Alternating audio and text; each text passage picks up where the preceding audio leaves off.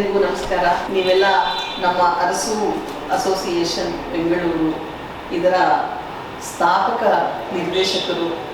ನಿಮ್ಮನ್ನೆಲ್ಲ ಇವತ್ತು ನಮ್ಮ ಈ ದಿನದ ಈ ಒಂದು ಕಾರ್ಯಕ್ರಮದಲ್ಲಿ ತಮ್ಮನ್ನೆಲ್ಲ ಬರಮಾಡಿಕೊಂಡು ತಮ್ಮೊಡನೆ ಮಾತುಕತೆ ಮಾಡೋದಕ್ಕೆ ನಾವೆಲ್ಲ ಬಹಳ ಉತ್ಸುಕತೆಯಿಂದ ಕಾಯ್ತಾ ಇದ್ದೀವಿ. ಹಾಗಾಗಿ ಇದೊಂದು ನಮ್ಮ ಅದೃಷ್ಟ ಅಂತಲೇ ನಾವು ಹೇಳ್ಬೋದು. ಇದರ ಸ್ಥಾಪಕ ನಿರ್ದೇಶಕರು ಇವತ್ತು ನಮ್ಮ ಜೊತೆನಲ್ಲಿದ್ದಾರೆ. ಇದು ಬೆಳೆದು ಬಂದ ದಾರಿಯ ಬಗ್ಗೆ ಒಂದು ಮಾಹಿತಿಯನ್ನು ಕೊಡೋರಿದ್ದಾರೆ.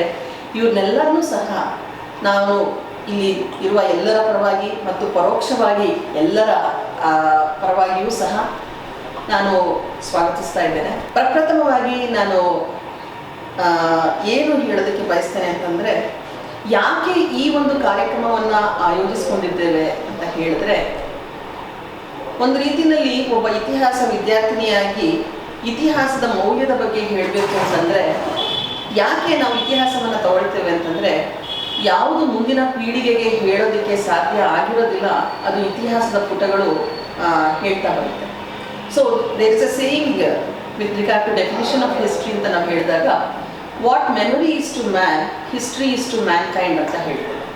ನಿಮ್ಮಲ್ಲಿ ಇರ್ತಕ್ಕಂತಹ ಮಾಹಿತಿ ನಮ್ಮ ಮುಂದಿನ ಪೀಳಿಗೆಗೂ ಬರಬೇಕು ಅಂತಂದರೆ ಅದನ್ನು ದಾಖಲೀಕರಣ ಮಾಡಲೇಬೇಕಾಗುತ್ತೆ. ದಾಖಲಿಸುವಂತಹ ಒಂದು ಕಾರ್ಯವನ್ನು ಇವತ್ತು ನಾವು ಕೈಗೆತ್ತಿಕೊಳ್ತಾ ಇದ್ದೇವೆ.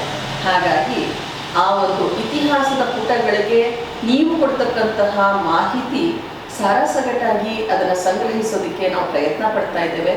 ಈ ನಮ್ಮ ಪ್ರಯತ್ನ ಅದರ ಉದ್ದೇಶ ಸಾರ್ಥಕ ಆಗಲಿ ಅಂತ ಹೇಳಿ ಕೇಳ್ಕೊಳ್ತಾ, ಇಲ್ಲಿ ಇರ್ತಕ್ಕಂತಹ ಈ 4 ಜನ ಸಂಸ್ಥಾಪಕ ಅಥವಾ ಸ್ಥಾಪಕ ನಿರ್ದೇಶಕರು ಯಾರಿದ್ದಾರೆ ಅವರ ಒಂದು ಪರಿಚಯವನ್ನು ಸಂಕ್ಷಿಪ್ತವಾಗಿ ನಿಮ್ಮೆಲ್ಲರಿಗೂ ಸಹ ಮಾಡೋದಕ್ಕೆ ನಾನು ಬಯಸ್ತೇನೆ.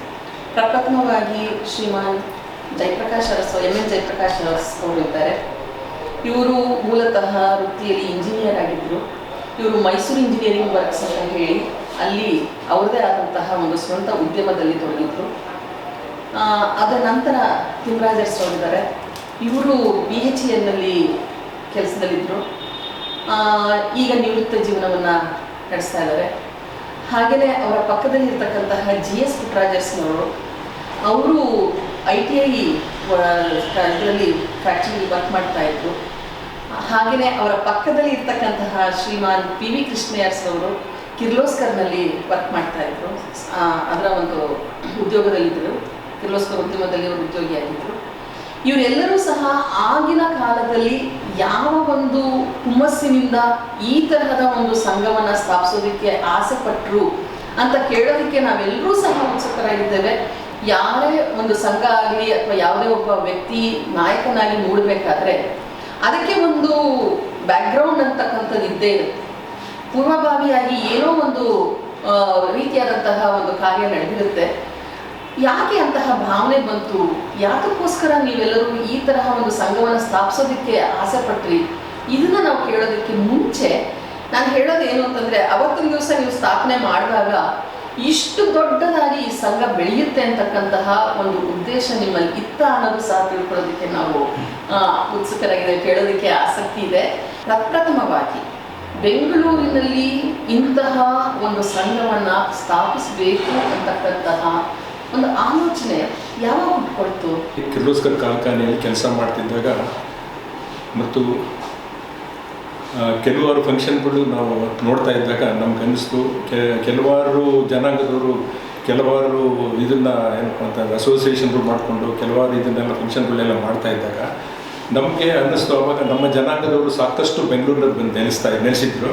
ಸೊ ನಾವೆಲ್ಲ ಕೆಲವರು, ಅದರಲ್ಲಿ ಎಲ್ಲರೂ ಇಲ್ಲ, ಕೆಲವರು ನಾವು ಸೇರಿಕೊಂಡಿದ್ದೆ ನಮ್ಮದೇ ಆದಂಥ ಒಂದು ಸಂಸ್ಥೆನ ಯಾಕೆ ನಮ್ಮ ಜನಾಂಗಕ್ಕೆ ಮಾಡಬಾರ್ದು, ನಮ್ಮವ್ರು ಬೇಕಾದಷ್ಟು ಜನ ಇದರಲ್ಲಿ ಉದ್ಯೋಗದಲ್ಲಿದ್ದಾರೆ, ವಿದ್ಯಾಭ್ಯಾಸದಲ್ಲಿದ್ದಾರೆ, ಅವ್ರಿಗೆ ಅನುಕೂಲ ಆಗೋ ಥರ ನಾವು ಈ ಒಂದು ಅಸೋಸಿಯೇಷನ್ ಅಂತ ಮಾಡಿ ಅವ್ರಿಗೆ ಹಾಸ್ಟೆಲ್ಗಳು ಅದನ್ನು ಮಾಡಬೇಕು ಅಂತ ಅನ್ನೋದನ್ನು ನಾವು ತೀರ್ಮಾನನ ಅದನ್ನು ಕೆಲವರು ನಾವು ಮಾತ್ರ ತೊಗೊಂಡಿದ್ದೆ, ಅಭಿಪ್ರಾಯ ತಗೊಂಡ್ವಿ.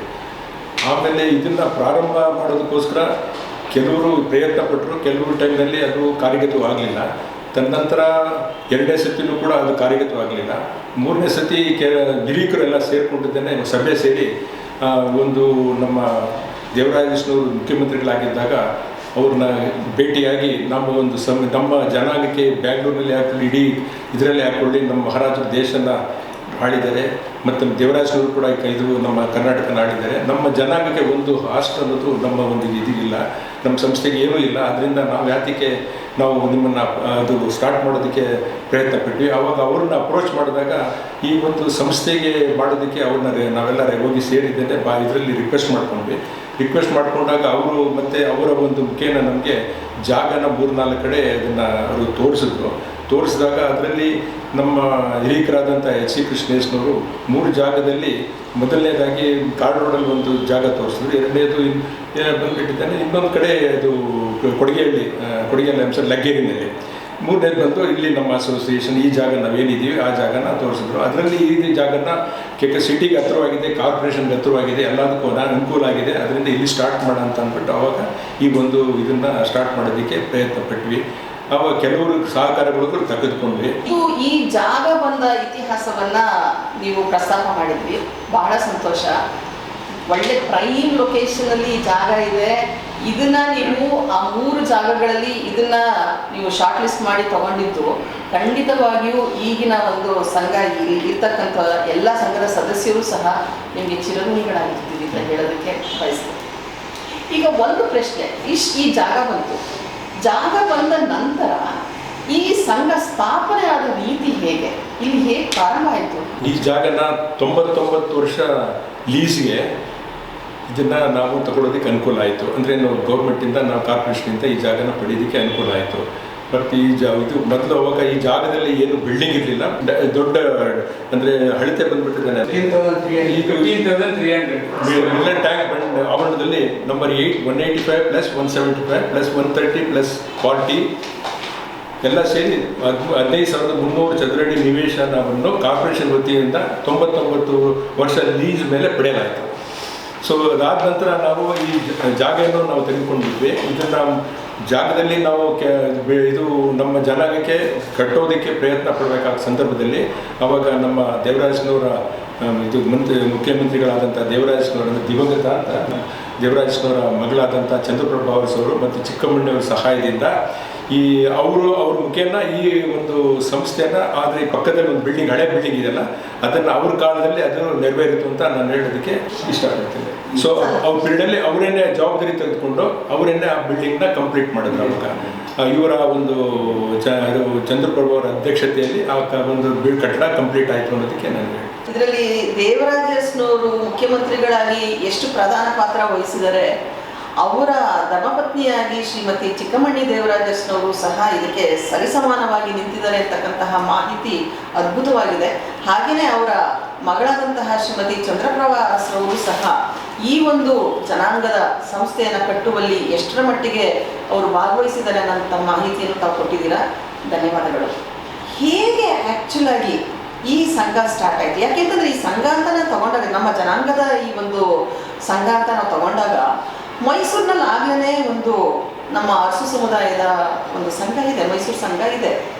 ಮತ್ತು ಮೈಸೂರಿನಲ್ಲಿ ಇರ್ತಕ್ಕಂತಹ ಬೋರ್ಡಿಂಗ್ ಶಾಲೆಯನ್ನು ತಗೊಂಡ್ರೆ, ಮೈಸೂರಿನಲ್ಲಿ ಇರ್ತಕ್ಕಂತಹ ವಾಣಿವಿಲಾಸ ಅರಸು ಗರ್ಲ್ಸ್ ಸ್ಕೂಲು ಮತ್ತು ಅಲ್ಲಿನ ಬೋರ್ಡಿಂಗ್ ಶಾಲೆಯನ್ನು ತಗೊಂಡ್ರೆ, ಇಲ್ಲಿ ಫೌಂಡರ್ ಮೆಂಬರ್ಸ್ ಯಾರಿದ್ದಾರೆ ಅದರಲ್ಲಿ 80% ಆಫ್ ದಿ ಫೌಂಡರ್ ಮೆಂಬರ್ಸು ಅದರ ಲಾಭವನ್ನು ಪಡೆದು ಬಂದಿರತಕ್ಕಂಥವ್ರು. ಸೊ ಆ ಒಂದು ಅನುಭವದಿಂದ ಮೈಸೂರಿನಲ್ಲಿ ಇರ್ತಕ್ಕಂತಹ ಈ ಸಂಘ ಸಂಸ್ಥೆಗಳು ಜನಾಂಗಕ್ಕೆ ಮಾಡ್ತಾ ಇರ್ತಕ್ಕಂತಹ ಒಂದು ಉತ್ತಮವಾದಂತಹ ವೈಖರಿಯನ್ನು ನೋಡಿ ಆ ಒಂದು ಮಾರ್ಗದಲ್ಲೇ ನಾವು ಯಾಕೆ ಬೆಂಗಳೂರಿನಲ್ಲಿ ಪ್ರಾರಂಭ ಮಾಡಬಾರ್ದು ಅಂತಕ್ಕಂತಹ ಒಂದು ಅನಿಸಿಕೆ ಏನಾದರೂ ಇತ್ತ?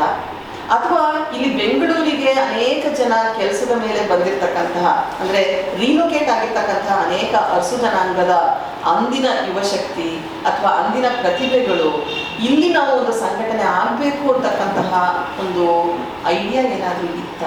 ಇದರ ಬಗ್ಗೆ ಸಂಘ ಸ್ಥಾಪನೆಯಾದ ಒಂದು ಇತಿಹಾಸವನ್ನು ಸಂಕ್ಷಿಪ್ತವಾಗಿ ತಮ್ಮಲ್ಲಿ ಯಾರಾದರೂ ಒಬ್ಬರು ಹೇಳಿದ್ರೆ ನಮಗೆ ತುಂಬ ಸಂತೋಷ ಆಗುತ್ತೆ. ನಮ್ಮ ಕೆಲವು ಯುವಕರು ದೇವರಾಜಸ್ನವರಿಗೆ ಸನ್ಮಾನ ಮಾಡಬೇಕು ಅನ್ನೋ ಉದ್ದೇಶದಿಂದ ಚಂದ ಕಲೆಕ್ಷನ್ ಮಾಡೋದಕ್ಕೆ ಅಂತ ಬಂದರು. ಆವಾಗ ಅವರು ಮಾಡುವ ಕಾರ್ಯಕ್ಕೆ ಬೆಂಬಲ ತೋರಿಸಿ ನಮ್ಮ ಬೆಂಗಳೂರಲ್ಲಿ ಸುಮಾರು 300 ಜನರ ಮೇಲೆ ಫ್ಯಾಮಿಲೀಸ್ ಇದೆ.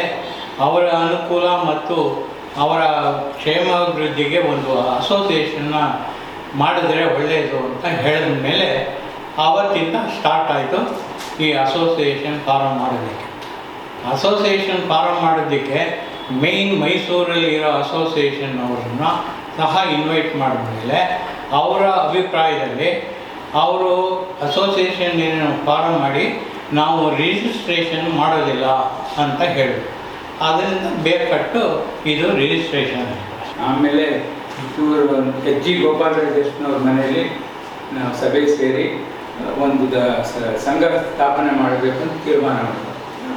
ಅದು ಡಿಸಿಷನ್ ತಗೊಂಡೋದು. ಅನಂತರ 14ನೇ ತಾರೀಕು 1974 ಜೂನ್ 14ನೇ ತಾರೀಕು ಶ್ರೀಯುತ ಎ ವೀರರಾಜೇಶ್ವರ ಮನೆಯಲ್ಲಿ ಸಭೆ ಮಾಡಿ ಆ ದಿವಸ ಮೊದಲ ಕಮಿಟಿಯನ್ನು ಫಾರಮ್ ಮಾಡಾಯಿತು. ಆ ಫಸ್ಟ್ ಕಮಿಟಿ ಬಗ್ಗೆ ಮಾಹಿತಿ ಕೊಡಿ. ಯಾರ್ಯಾರಿದ್ರು? ಫೌಂಡರ್ ಕಮಿಟಿಲಿ ಅಧ್ಯಕ್ಷರಾಗಿ ಡಾಕ್ಟರ್ ಎಂ ಬಸವರಾಜೇಶ್ವರ ಅಧ್ಯಕ್ಷರಾಗಿದ್ದರು. ಆಮೇಲೆ ಶ್ರೀಯುತ ಡಿ ಕೆಂಪರಾಜ್ ಅರಸ್ ಮತ್ತು ಶ್ರೀಯುತ ಟಿ ತಿಮ್ಮರಾಜ್ ಅರಸ್ ಉಪಾಧ್ಯಕ್ಷರಾಗಿದ್ದರು.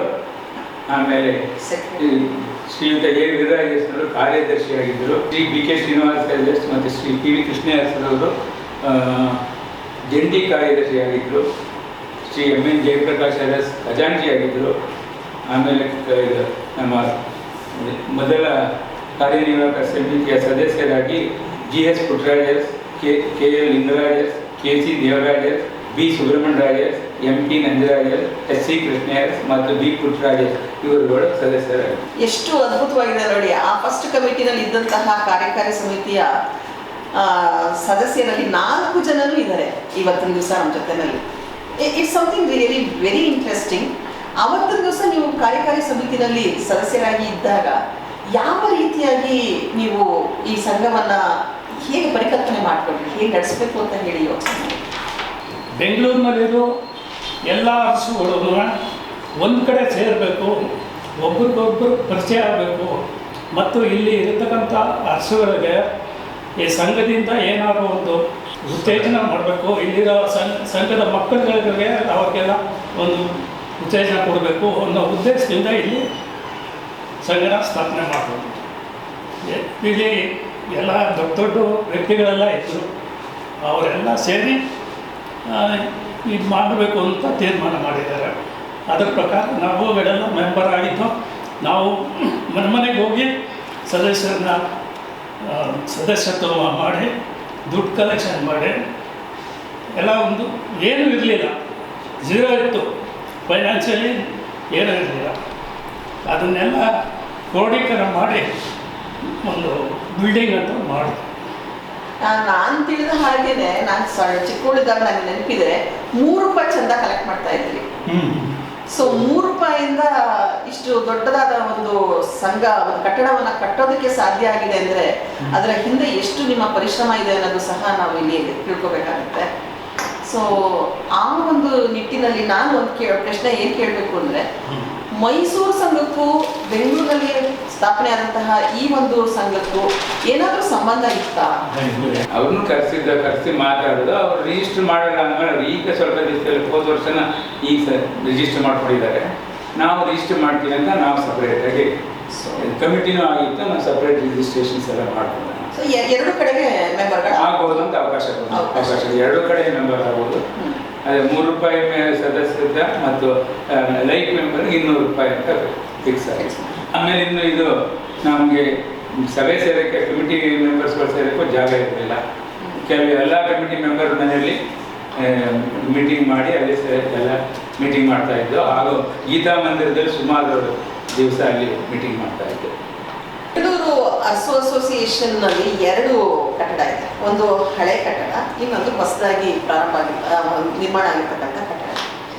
ಈ ಹಳೆ ಕಟ್ಟಡವನ್ನು ನಾವು ತಗೊಂಡಾಗ ಅವಾಗೆಲ್ಲ ನೀವೆಲ್ಲರೂ ಸಹ ಇದ್ದಂತಹ ಕಾಲ ಅಂದರು. ಅವತ್ತಿನ ದಿವಸ ಆ ಕಟ್ಟಡ ನಿರ್ಮಾಣವನ್ನು ಮಾಡೋದಕ್ಕೆ ಯಾವ ರೀತಿಯಾಗಿ ನೀವು ಹಣ ಸಂಗ್ರಹ ಮಾಡಿದ್ರಿ ಅನ್ನೋದ್ರ ಬಗ್ಗೆ ತಿಮ್ಮರಾಜೇಶ್ವರ ಏನಾದರೂ ಮಾಹಿತಿಯನ್ನು ಕೊಡೋಕ್ಕಾಗುತ್ತಾ? ಕೆಲವು ನಾಟಕ ಕಲ್ಚರಲ್ ಆ್ಯಕ್ಟಿವಿಟೀಸನ್ನು ಮಾಡಿ ಅದರಿಂದ ಆದಾಯ ಬಂದದ್ದನ್ನು ನಾವು ಸಂಘ ಇದು ಕಟ್ಟಡ ನಿರ್ಮಾಣಕ್ಕೆ ಉಪಯೋಗಿಸಿದ್ದೀವಿ.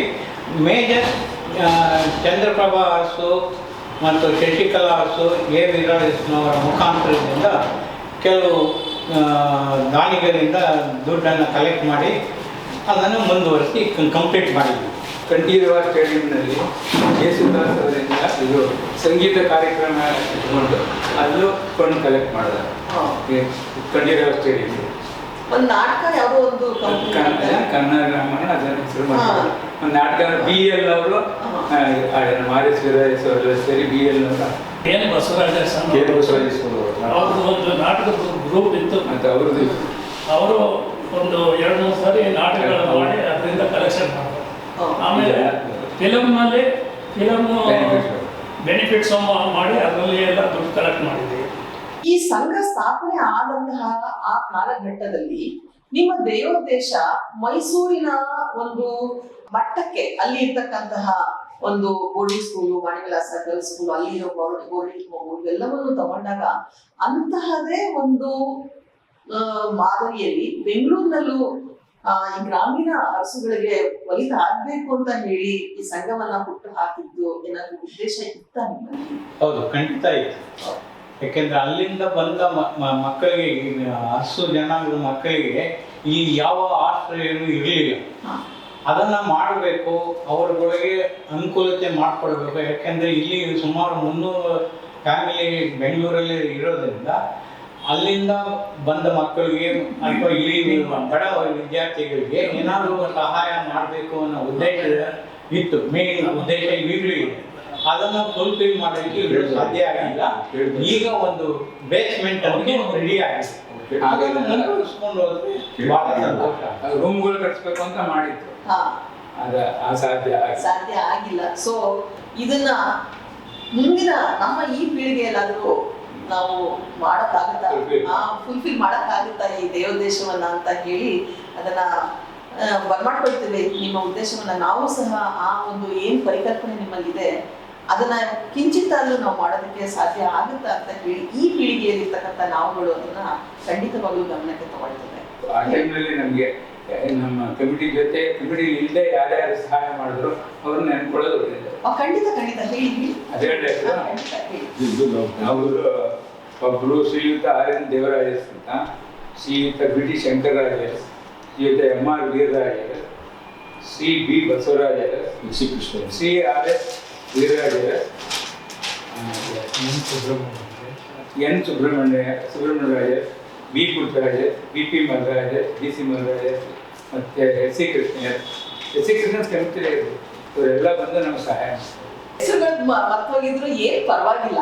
ಯಾಕೆಂದ್ರೆ ನಮ್ಮ ಉದ್ದೇಶ ಏನು ಅಂದ್ರೆ ಈ ರೆಕಾರ್ಡಿಂಗ್ ಇಲ್ಲಿ ಮಾತ್ರ ನಿಲ್ಸೋದಿಲ್ಲ, ಈ ಡಾಕ್ಯುಮೆಂಟ್ಗೆ ಆ್ಯಡ್ ಆನ್ ಆಗ್ತಾ ಹೋಗುತ್ತೆ. ಅನೇಕ ಜನರ ಹೆಸರು ಏನ್ ಹೇಳಿದಿರಾ ಆ ಒಂದು ಕುಟುಂಬ ಸದಸ್ಯರನ್ನು ಸಹ ನಾವು ಭೇಟಿ ಆಗ್ತೇವೆ, ಅವ್ರಿಗೂ ಸಹ ಮಾಹಿತಿಯನ್ನು ಸಂಗ್ರಹಿಸ್ತೇವೆ.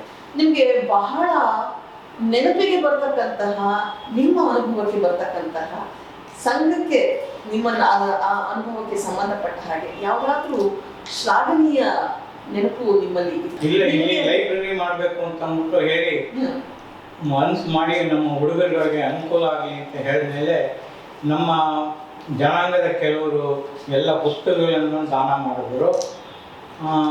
ಕೆಲವರು ಅವರ ಎಕ್ಸ್ಪೀರಿಯನ್ಸನ್ನು ಮಕ್ಕಳಿಗೆ ಅನುಕೂಲತೆ ಮಾಡೋದಕ್ಕೋಸ್ಕರ ಕೆಲವರೆಲ್ಲ ಪ್ರಯತ್ನ ಪಟ್ಟರು. ಅದನ್ನು ಕೆಲವರು ಉಪಯೋಗ ಮಾಡ್ಕೊಂಡಿದ್ದಾರೆ. ಅದನ್ನು ಮುಂದುವರಿಸ್ಕೊಂಡು ಹೋದರೆ ಒಳ್ಳೆಯದು. ಯಾಕೆಂದರೆ ಅವರ ಇದನ್ನು ಏನು ಅನುಭವವನ್ನು ಮಕ್ಕಳಿಗೆ ಕೊಟ್ಟರೆ ಅವರು ಮುಂದೆ ಬರೋದಕ್ಕೆ ಅನುಕೂಲತೆ ಆಗುತ್ತೆ. ಕೆಲವರು ಆಗಲೇ ಸ್ಟಾರ್ಟ್ ಮಾಡಿ ಕೆಲವರೆಲ್ಲ ಉಪಯೋಗ ಪಡೆದಿದ್ದಾರೆ, ಅದು ಭಾಳ ಕಡಿಮೆ, ಅದು ಜಾಸ್ತಿ ಆಗುತ್ತೆ. ನಿಮ್ಗೇನಾದ್ರು ನೆನಪಿದೆಯಾ? ನಿಮ್ಗೆ ತುಂಬಾ ಖುಷಿ ಕೊಟ್ಟಂತದ್ದು ಈ ಸಂಘ ಯಾವ ಒಂದು ಕಾರಣದಿಂದ ನಿಮಗೆ ತುಂಬಾ ಸಂತೋಷ ಕೊಟ್ಟಿದೆ? ಈಗ ನಮ್ಮ ಜನಾಂಗಕ್ಕೆ ಅನುಕೂಲ ಆಗಲಿ ಅಂತ ಮದುವೆಗೋಸ್ಕರ ಫಸ್ಟ್ ಮದುವೆ ಆದದ್ದು ನಮ್ಮ ಪುಟ್ಟರಾಜನವ್ರ ಮಗಳ ಮದುವೆನೇ ಫಸ್ಟ್ ಸ್ಟಾರ್ಟ್ ಆದ್ರು. ಹಳೆ ಬಿಲ್ಡಿಂಗ್ ಕಂಪ್ಲೀಟ್ ಆದಾಗ ಫಸ್ಟ್ ನಮ್ಮ ಜನಾಂಗದವರಿಗೆ ಯಾರು ಮೊದಲು ಮದುವೆ ಮಾಡ್ತಾರೆ ಅಂದ್ರೆ ಫಸ್ಟ್ ಬ್ಯಾಂಗ್ಳೂರ್ ಇರ್ಬೋದು, ಮೈಸೂರು ಇರ್ಬೋದು, ಇಡೀ ಕರ್ನಾಟಕದಲ್ಲಿ ಯಾರ್ಯಾರು ಹಾಕಿದ್ರೆ ಅವತ್ತಿನ ಡೇಟ್ಗೆ ಫಸ್ಟ್ ಯಾರು ಮಾಡ್ತಾರೆ ಅವ್ರಿಗೆ ಫ್ರೀಯಾಗಿ ಕೊಡ್ತೀವಿ ಅಂತ ಅವಾಗ ಅನೌನ್ಸ್ ಮಾಡ್ತಾರೆ. ಅಂದ್ರೇನು ಹಳೆ ಬಿಲ್ಡಿಂಗ್ ಕಂಪ್ಲೀಟ್ ಆಗುತ್ತೆ. ಹಾ. ಅವಾಗ ಇವರು ನಮ್ಮ ಜಿ ಎಸ್ ಪುಟ್ಟರಾಯಸ್ ಮಗಳು ಫಸ್ಟ್ ಇಲ್ಲಿ ನೆರವೇರಿತು. ಯಾಕಂದ್ರೆ ಬೇರೆ ಎಲ್ಲಿವಾದ್ರೂ ಮಾಡಿದ್ರು ಅಷ್ಟು ವ್ಯಾಲ್ಯೂ ಬರ್ತಿರ್ಲಿಲ್ಲ.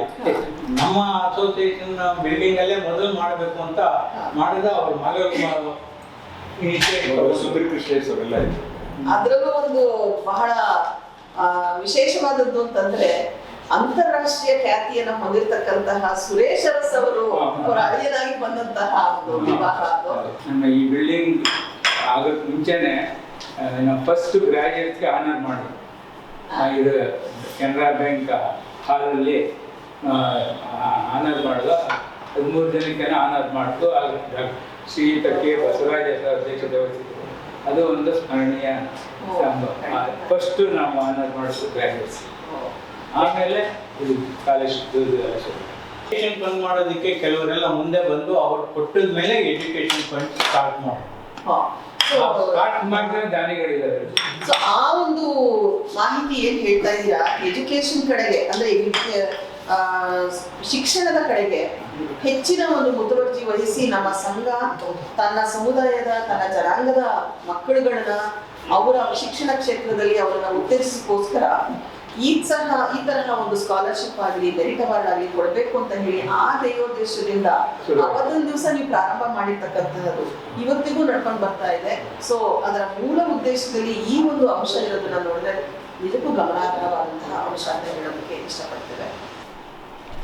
ನನ್ನ ಅಭಿಪ್ರಾಯದ ಪ್ರಕಾರ ನಮಗೆ ಹಳೆ ಬಿಲ್ಡಿಂಗು ಕಂಪ್ಲೀಟ್ ಆಯ್ತಲ್ಲ, ಅದೇ ಒಂದು ಸಂತೋಷ ಸುದ್ದಿ.